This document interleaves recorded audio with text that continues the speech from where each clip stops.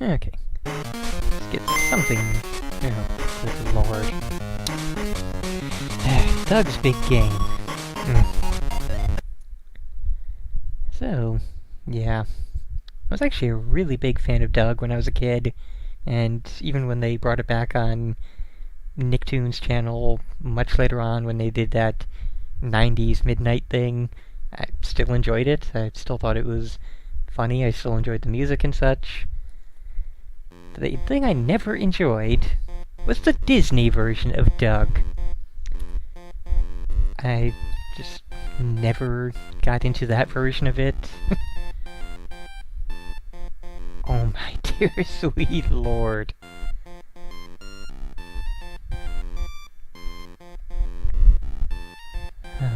Jeez. Okay, are you waiting for me to hit the button, or are you just taking a really long time? Okay, yes, it's waiting for me to hit the button. I can never tell with that, with cutscenes.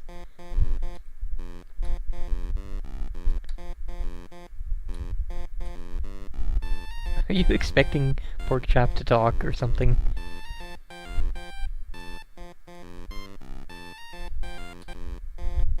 So, yeah.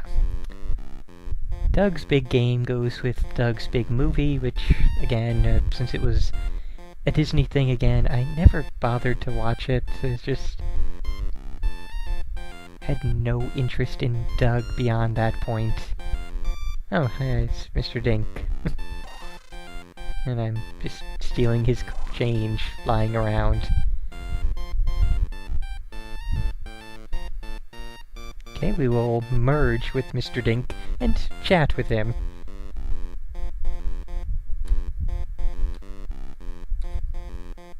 So, yeah, we are trying to find Patty, so we went into Mr. Dink's garage.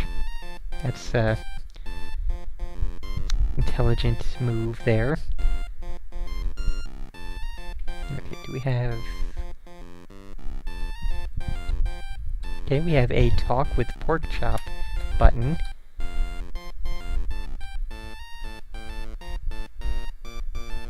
Quail stuff? Okay, we have to collect the pieces of our Quail Man costume, apparently. Do we have a map? We have a map, but it's outright useless. Like, this does not tell me where I am. This does not correspond with, our actual view here, so... it doesn't help in any way.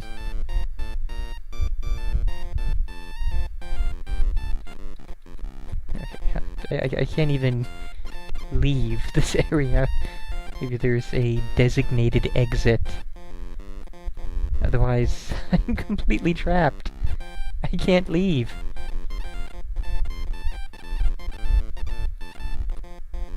So, I don't remember the story in Doug where Doug was trapped by a mysterious invisible wall surrounding his neighborhood.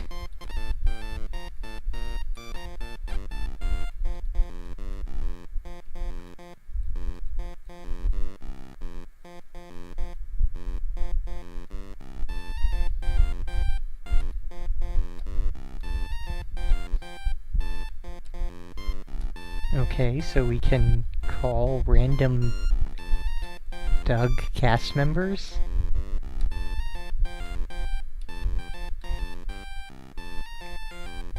Except now we can't because we're out of change.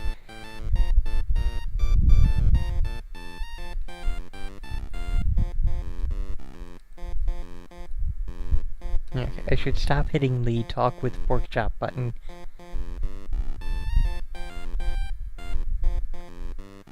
Try returning to our own house and see what happens. Wow. How do we get up on the counter? Oh, we just hit the button near it and all will work out. Oh, and you move, apparently. It's unexpected.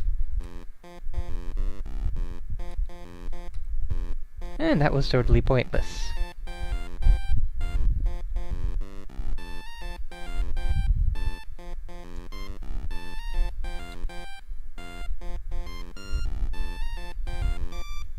getting the feeling that this entire game is totally pointless.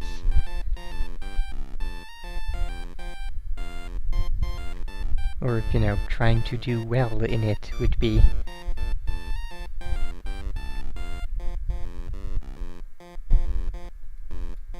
First thing I've ever thought that was an item I could pick up, but apparently it's just a spoon someone left behind, or an overly large mushroom, or a strange lawn ornament, or some unidentifiable thing which has no actual purpose. So it doesn't really matter what it is.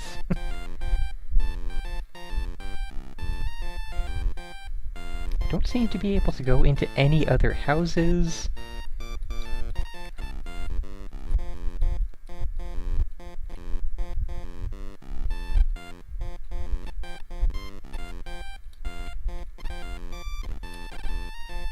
Oh.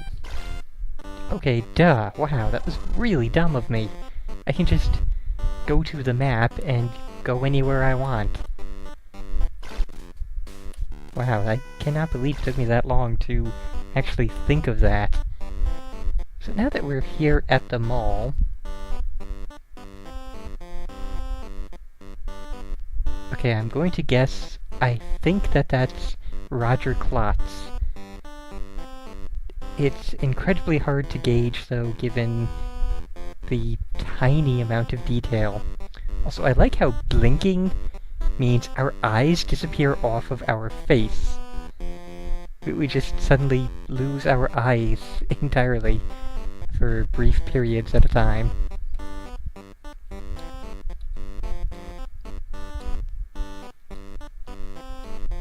But we can teleport to any point in the town.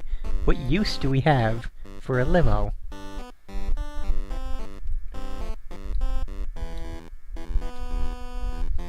And it's a game of fetch quests. Fantastic. And there seems to be no other... There's... Okay, so we have the world's smallest mall, apparently. Can we go into stores? Yes, apparently we can. Okay. And I think that's Connie. Not that it actually tells us names, but... You know, I guess we could recognize character portraits. Oh, and we're just stealing money from the mall. Awesome.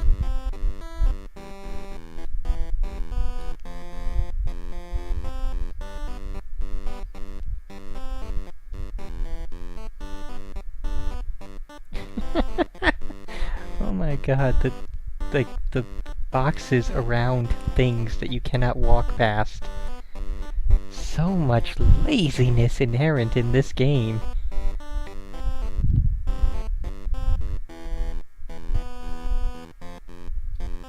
Okay, can we actually use the arcade machines? Or are they just... Because, like, we could be playing an actual game inside of this game. I don't know if it would be better than the game we're currently playing or not, but it would still be something that is not the game we're currently playing. Also, we apparently cannot use any of the arcade machines. Not even this one that has a giant coin on it.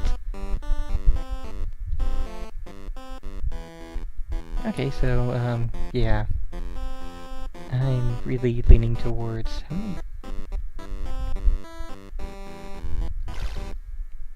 I don't even really... Is that chalky, I'm guessing? Yeah, apparently it is. And useless information. Like, I mildly want to keep playing so I can see other characters and try and, you know, just see what sort of abominations they've been turned into. And the rest of me is, the far larger part of me, that is, saying, just yelling at the other part of me, saying, why the hell are you still playing this?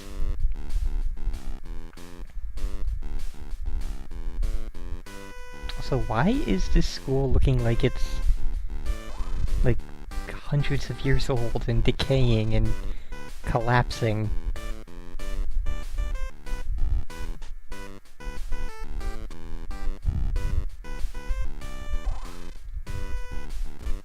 So I guess we're gonna get a maximum of 1 or 2 characters per area. That's okay though, because we only have 2 other areas to actually explore. Don't have a clue who that could be. Is that Fentruck?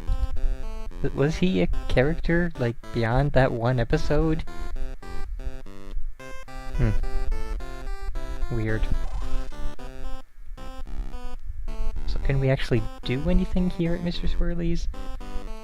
No, apparently we cannot. It really does seem like the only thing we can do is talk with people. Which does, you know, make this entirely into a fetch quest game.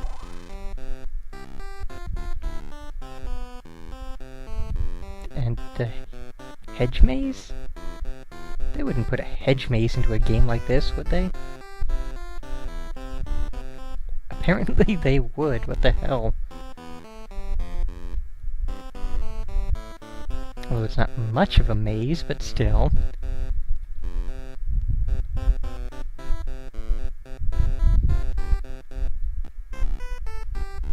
And there's a phone in the middle of the hedge maze.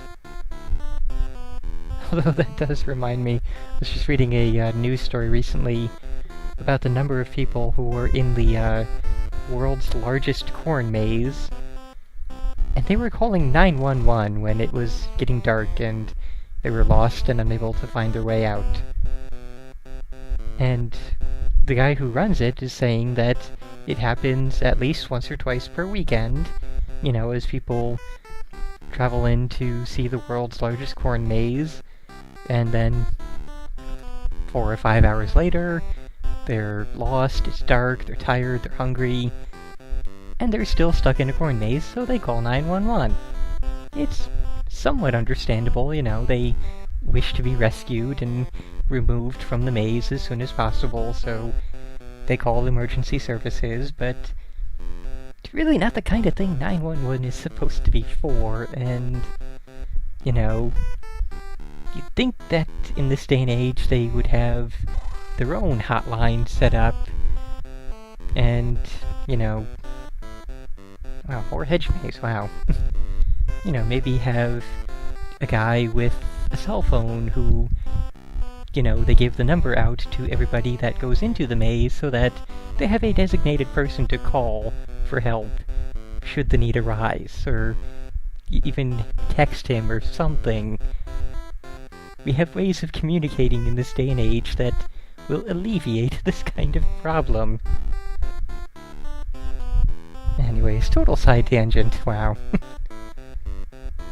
Well, I guess any kind of thing to be talking about would be a good thing since this game is really giving me nothing. Okay, I don't care anymore. Whatever is in this hedge maze doesn't really matter. Maybe there'd be an item there at a later point, and I don't have the... Is that supposed to be Skeeter? No, that's a character I don't recognize in the least.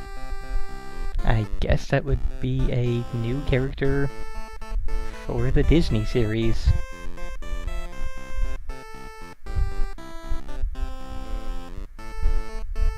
Also, there are a freaking lot of payphones just scattered randomly around this particular village.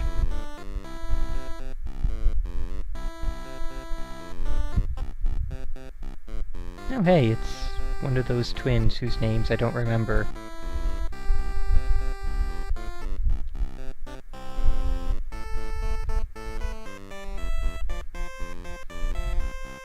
Let's just go make more random prank calls, or, you know, not really prank calls insofar as just calling random people with no real reason or motivation.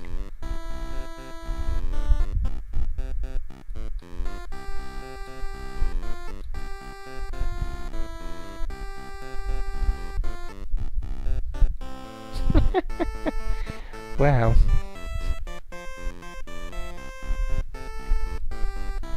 And we're already seeing repeats in these. Moose Leech? What? Oh, Owl Sleech, yes, Owl Sleech. Right, Al and Moo, those were the twins, wow. I completely forgot about that. Anyways, yeah, this has been several new levels of terrible.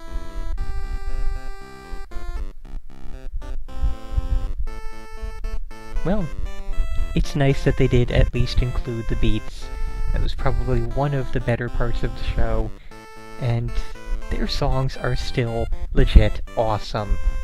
Like, they are really actually well performed and well sung.